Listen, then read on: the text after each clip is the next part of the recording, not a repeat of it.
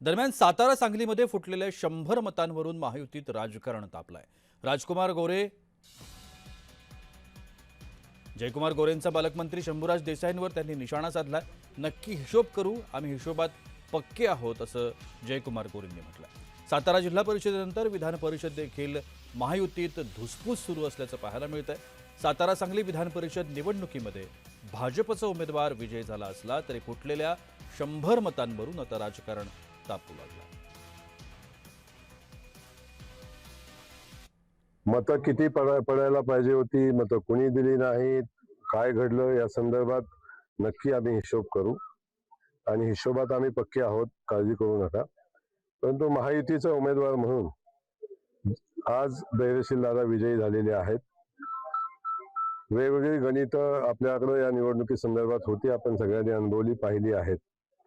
अनेक लोकांच्या पोटात एक, मनात एक आणि करणीत आणखी वेगळं असं काहीतरी होतं, परंतु ते कोणाला शक्य झालं नाही।